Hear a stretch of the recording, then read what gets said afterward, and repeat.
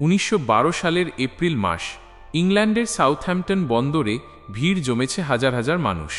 তাদের সামনে দাঁড়িয়ে আছে এক বিশাল ইস্পাতের দানব RMS টাইটানিক, যাকে বলা হচ্ছিল দি আনসিঙ্কেবল শিপ। এর দৈর্ঘ্য প্রায় 882 ফুট, ওজন 46,000 টন। ভিতরে ছিল বিলাসিতার ছোঁয়া, সুইমিং পুল, জিমনেশিয়াম, রেস্তোরাঁ, এমনকি ধূমপান লাউঞ্জ পর্যন্ত। তখনকার দিনে এমন জাহাজ মানুষ কল্পনাও করতে পারেনি। 2 বছর ধরে বেলফাস্টের হারল্যান্ড অ্যান্ড উলফ কোম্পানি এটি নির্মাণ করেছিল, চালাতো হোয়াইট স্টার লাইন। এই জাহাজে ছিল 16টি জলরোধী কম্পার্টমেন্ট, যার একাধিক ভেঙে গেলেও বাকি অংশ ভেসে থাকার কথা ছিল। এই কারণেই বলা হয়েছিল অডুবন জাহাজ। 11 এপ্রিল 1912 টাইটানিক যাত্রা শুরু করে ইংল্যান্ড থেকে নিউ ইয়র্কের পথে। যাত্রী প্রায় 2200 জন, যাদের মধ্যে ছিল ধনী শিল্পপতি, রাজপরিবারের সদস্য আর আমেরিকায় স্বপ্ন খুঁজতে যাওয়া শত শত অভিবাসী। ক্যাপ্টেন এডওয়ার্ড স্মিথ ছিলেন অভিজ্ঞ নাবিক, তবুও সেই যাত্রা ছিল তার জীবনের শেষ মিশন।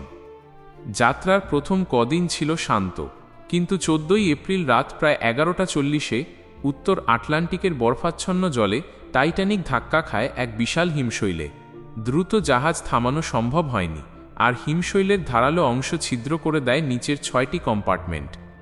কিছুক্ষণের মধ্যেই ঠান্ডা জল ঢুকে পড়ে জাহাজের নিচের অংশে। প্রথমে কেউ বুঝতেই পারেনি, কিন্তু ইঞ্জিন রুমে বিশৃঙ্খলা শুরু হয়। অফিসাররা হিসাব করে দেখলেন জাহাজের বাঁচার সময় আর 2 ঘন্টার বেশি নয়। ক্যাপ্টেন স্মিথ লাইফবোট নামানোর নির্দেশ দিলেন, কিন্তু জাহাজে লাইফবোট ছিল মাত্র 20টি, যা বহন করতে পারত না অর্ধেক যাত্রীও। প্রথম দিকের অনেক লাইফবোট প্রায় খালি অবস্থায় পাঠানো হয়, কারণ লোকেরা বিশ্বাসই করেনি টাইটানিক ডুবছে। কেউ কেউ তখনও চা খাচ্ছিল, কেউ গান শুনছিল। কিন্তু যখন জল উঠে এলো ডেক পর্যন্ত, তখন শুরু হলো চিৎকার, কান্না আর মৃত্যুর মিছিল। সেই সময়ও ব্যান্ড বাজাচ্ছিল শেষ গানটি, নিয়ারার মাই গড টু ধি। আর তার মাঝেই শত শত মানুষ ঝাঁপ দিল বরফঠান্ডা সমুদ্রে, যেখানে জলের তাপমাত্রা ছিল মাত্র -2 ডিগ্রি সেলসিয়াস। রাত 2:20, 15 এপ্রিল 1912, বিশ্বের সবচেয়ে বিশাল জাহাজ টাইটানিক চিরতরে হারিয়ে যায় আটলান্টিকের তলদেশে। 2200 জনের মধ্যে বেঁচে গিয়েছিল মাত্র 706 জন। বাকি সবাই অন্ধকার ঠান্ডা জলের গভীরে হারিয়ে যায় চিরতরে। দুর্ঘটনার পর বিশ্বজুড়ে শুরু হয় তদন্ত।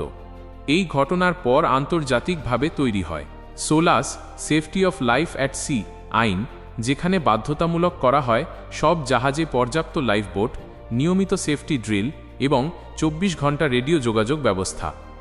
টাইটানিকের ধ্বংসাবশেষ আবিষ্কৃত হয় 1985 সালে, সমুদ্রের তলদেশে প্রায় 12,500 ফুট নিচে। আজও সেখানে পড়ে আছে জাহাজের অংশ, যেন সময় থেমে আছে সেই রাতেই। টাইটানিক আমাদের শিখিয়েছে, প্রযুক্তি যত উন্নতই হোক, প্রকৃতির সামনে মানুষের অহংকার কিছুই নয়। এমনই অজানা ইতিহাস জানতে সাবস্ক্রাইব করুন অ্যামেজিং ফ্যাক্টস অ্যান্ড হিস্ট্রি।